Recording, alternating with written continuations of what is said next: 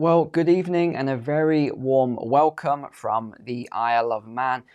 In today's studio session, we're going to be talking about the loss of over 140,000 farms from the United States of America. So the USA has lost these farms in a very short period of time.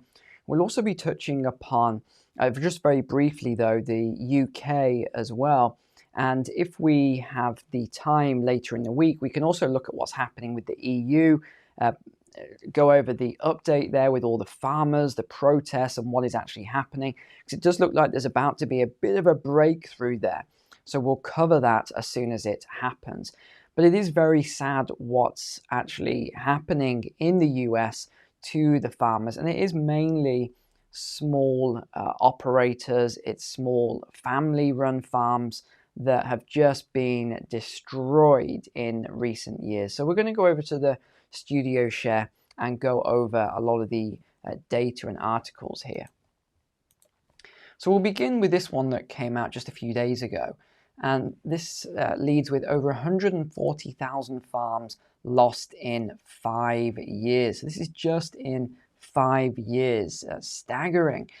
And remember where all of this is coming from, and we'll come back to this. It is all of these SDGs. We've got lots of different mind maps here, but we'll come back to a lot of this. So this is just between 2017 and 2022. It doesn't include the last 2 years, which will obviously be quite significant as well, because we've seen the acceleration, especially in meat and dairy farms. Between 2017-22, the number of farms in the US declined by 141,733, so 141,000, or 7%, according to the USDA's 2022 Census of Agriculture. Now, when we look at acres operated by farm operations during the same time frame, we saw a decline by 20 million acres, so 2.2%. So when you look at this, you see a 2.2% loss here in acreage, but 7% in terms of farms. Now you might say, well, that's interesting, Neil. There's a sort of 5% split there. So how could we only see that in terms of acres, but this in terms of farms?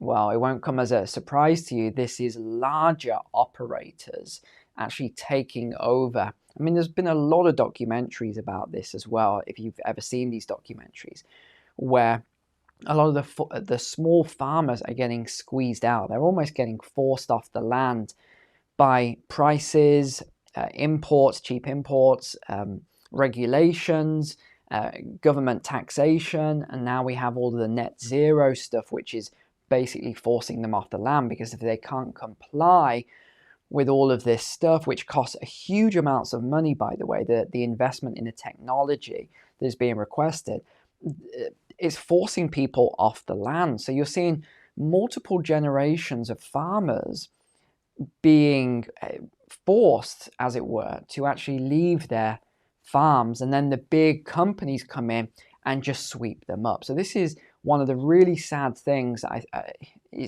It's really, really sad, actually, that we're seeing this in the US. What more can I say? It's sad to see. While the number of farm operations and acres operated declined, the value of ag production increased. So it rose from 389 billion all the way up to 533 billion. Now that is a huge increase. That's 40% nominally and 17% when it's adjusted for inflation. These updated numbers highlight the continuing trend of fewer operations farming fewer acres of land, but producing more each year. Now, when we look at anything in terms of production, as long as it's good production, it's good for the economy. More production drives down prices. But is that what we're seeing? Not necessarily, no. Since 1950, the number of farm operations has declined by 3.75 million, 66%. Just look at that again for a moment. Since 1950, there's been a reduction in farm operations by 66%. That is your family farms that are being destroyed. The number of acred farms as well declined by 323 million, 27%. Technological advancements that have increased productivity, such as feed conversion ratios in livestock and yield per acre in crops, have allowed farmers and ranchers to produce more with less.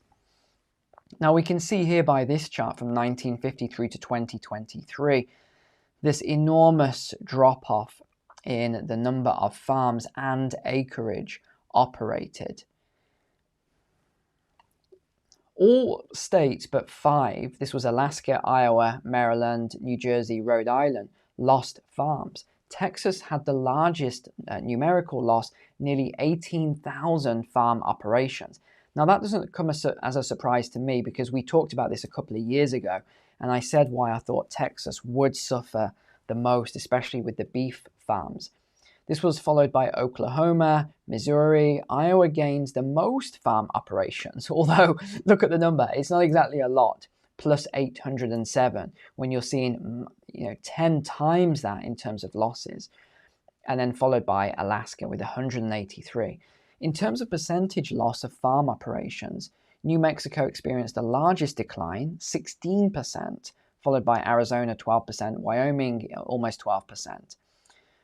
Though the presence of regional trend in farm operation losses appears limited, drought condition that battered much of the West in 21, 22 may be responsible, in part for higher farm loss percentages in those states. Well, I have a theory on the whole drought conditions anyway. Across states that gained farmed most were within the category earning over $1 million in sales. So look at this again. The farms that actually gained, that increased, were those that exceeded over $1 million in sales. So this is your larger farms. Again, we have this image which shows the same result again.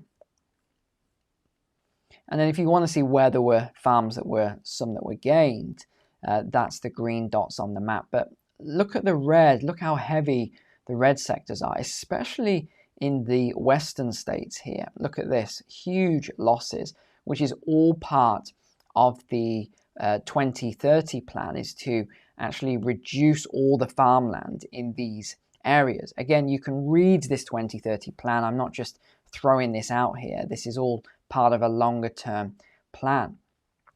Area operated, the 2022 consensus also indicates a decline of just over 20 million acres in acreage operated. Colorado led in terms of numerical decline, 1.6 million fewer acres being farmed compared to 2017. Texas, minus 1.56. I mean, it is absolutely staggering, the losses here. The more land shifted out of ag production, the harder it is to return those acres to farming. I would say it's almost impossible at the moment. It's almost impossible to start these new farms at the moment. Diminished production capacity within specific states and regions heightens dependence on purchases from other states or countries. Now, you might read that and think, well, that's bad for the US. Maybe they're not food independent. Maybe they're relying on all these other countries for their food. And I've seen a lot of videos and articles that say that. That is actually not correct. It's not true. The US is food independent. It's just not food independent across all sectors and all products. Tomatoes or tomatoes, heavily imported from Mexico. Avocados, even though you have Ojai in California that is just avocado region, they do import a lot of their stuff from elsewhere. But the US is also a net exporter of food. So they produce more than enough food. It's not as if the US has food insecurity, but there is a lot of other issues that we're seeing. Now, researchers have estimated that in order to reach 30% self-food sufficiency, New England states, the 6 New England states, would have to maximize the use of all this additional acreage. But where's it going? It's going to rewilding. So you've got different states that, for example, they've got Hawaii here. They just don't have enough food production. They've only got enough for 7 days. So it's really split up the way across different states. Some produce way more food than they need. Others only have 7 days worth. Now, if we look at the economic class then, Now, in this same period, the number of farms that only produce $0 to $5,000, so these are your hobby farms, they're not for commercial use on a large scale. These drop the most, so a 13% drop. And then when we look at the $5,000 to $50,000 category, these dropped by 5%. The category of farms in an economic class over $1 million grew. So what are we seeing? We're seeing the farms under $1 million crashing, and we're seeing those over $1 million growing by 36%. It's because they're taking over other farms, but none of the reports are willing to say this. So I'll just throw it out there. They are taking over other farms. Again, we can see all of the charts, and you're welcome to come and look at all of these. By the way, people often say, Neil, can you put the links in the description for a lot of this? I can't actually do that because it's classed as link spamming on YouTube in the description, and it's very bad for the video ranking. So if I do that, it's going to cause a lot of issues with the channel and the videos. But what you can do, you'll always see the URL bar, and you can see, or just do a search for the article. It's very easy to actually find it if you put the title in there. What else do I want to show you on this? I just want to show you one other thing then. If you look at food production, we go back to 1922, and you look at the map of the sheer amount of food that was produced back then without all this modern technology. The US had so much food. It was unbelievable.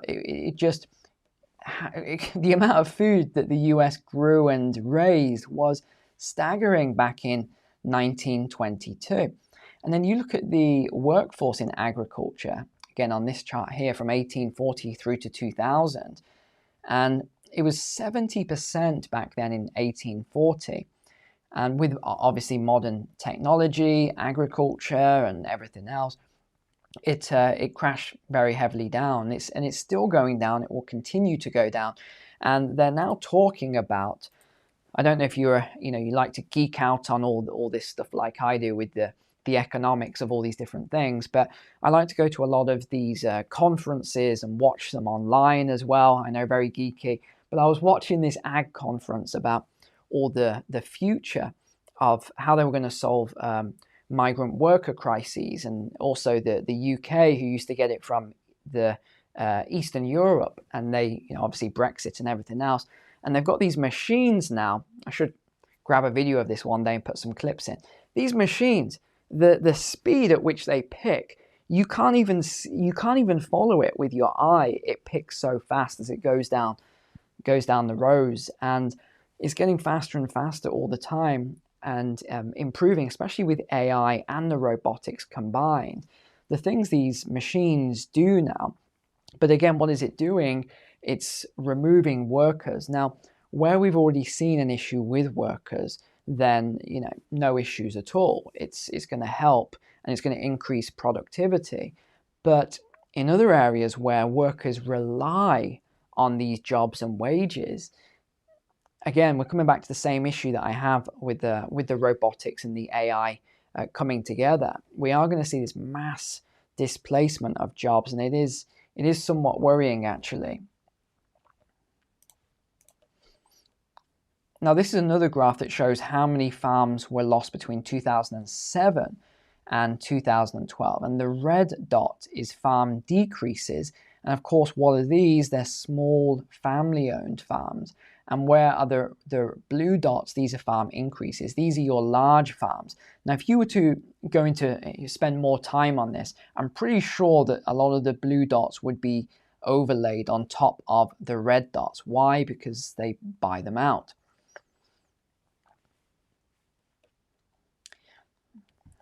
Here's another interesting one, actually. This is where a lot of the crops are grown, from corn in orange, wheat in green. It's quite interesting. This is on Vox.com, and it's Explain Food America. So if you want to have a look at any of that, feel free. And where does the US import a lot of its food from then? And then we'll come on to a couple of these bits here. Well, Mexico, tomatoes, as you would say, avocados from Mexico, peppers. So these are all the foods that are imported here, if you want to have a look on that. And this is some information I pulled up for you. Most US counties do not source their food locally, so it's less than 10% within their boundary. And we find that most US communities have relatively resilient food supply chains. Urban counties produce manufactured food, but rural grow table and commodity crops here. So let's come on to what I want to touch upon. So this is your WEF, your World Economic Forum stuff. Now, if you go on the website, you can find all the SDGs, Sustainable Development Goals, and everything else. This is all connected, remember, with the UN and some of these other organizations. And all you need to do is click on some of this sort of stuff, and it will take you into more detail. You can go onto their website. I just pulled up a few of them that all connect to the farming aspect here. So agriculture yields, food, soil fertility, climate stuff. You can click on all of these and it will even tell you the SDG. There's SDG 13 on climate action, and there's detailed reports. So if you want to understand all this a lot deeper, you can just go on to all of these and it will basically answer all your questions. So if you're sat there going, why is all of this happening? Why are we losing all of our farmland? Why are all these articles coming out? I mean, this one's 9 years old. Giving up beef will reduce carbon footprint more than cars, say experts. So why are we seeing all this beef reduction? Why are we losing all these meat farms and dairy farms? Well, you only have to look at all of the media that's been coming out for the last 10 years. Eat less meat is message for the rich in terms of this new carbon plan. The world's most developed nations will be told to curb their excessive appetite for meat.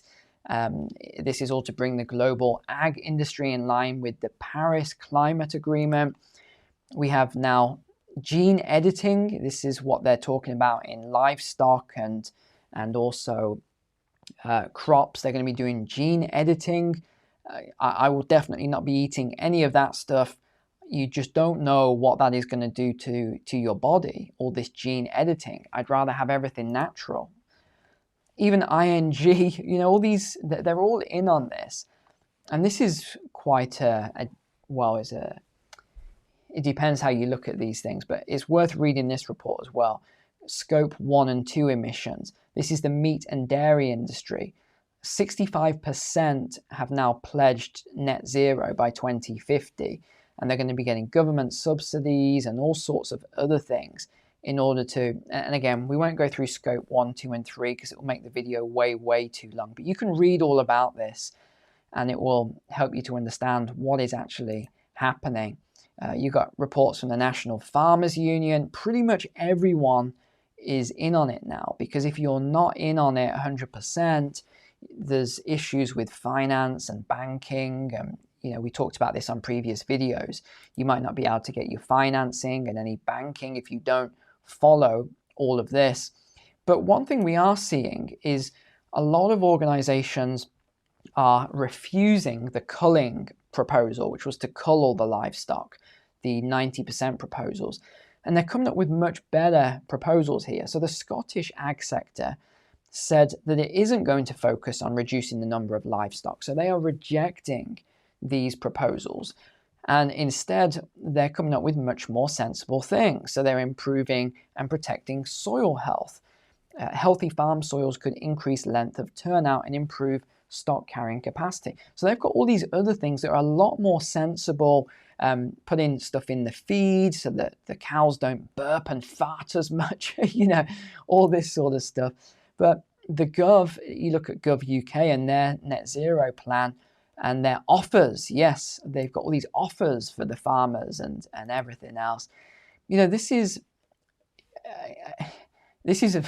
you've got to read these reports. That's all I'll say here. You've got to read these reports. It will help you to understand everything that is going on here. It's very worrying to me. It's very interesting at the same time. And I think I'll probably leave it there, because I'll say something that I regret usually when we start talking about all the farming things, and then you get censorship and all sorts of other things on the video. So I'll leave it there. Thank you so much for watching. Take care. God bless you and your families. And I'll see you tomorrow for the next video.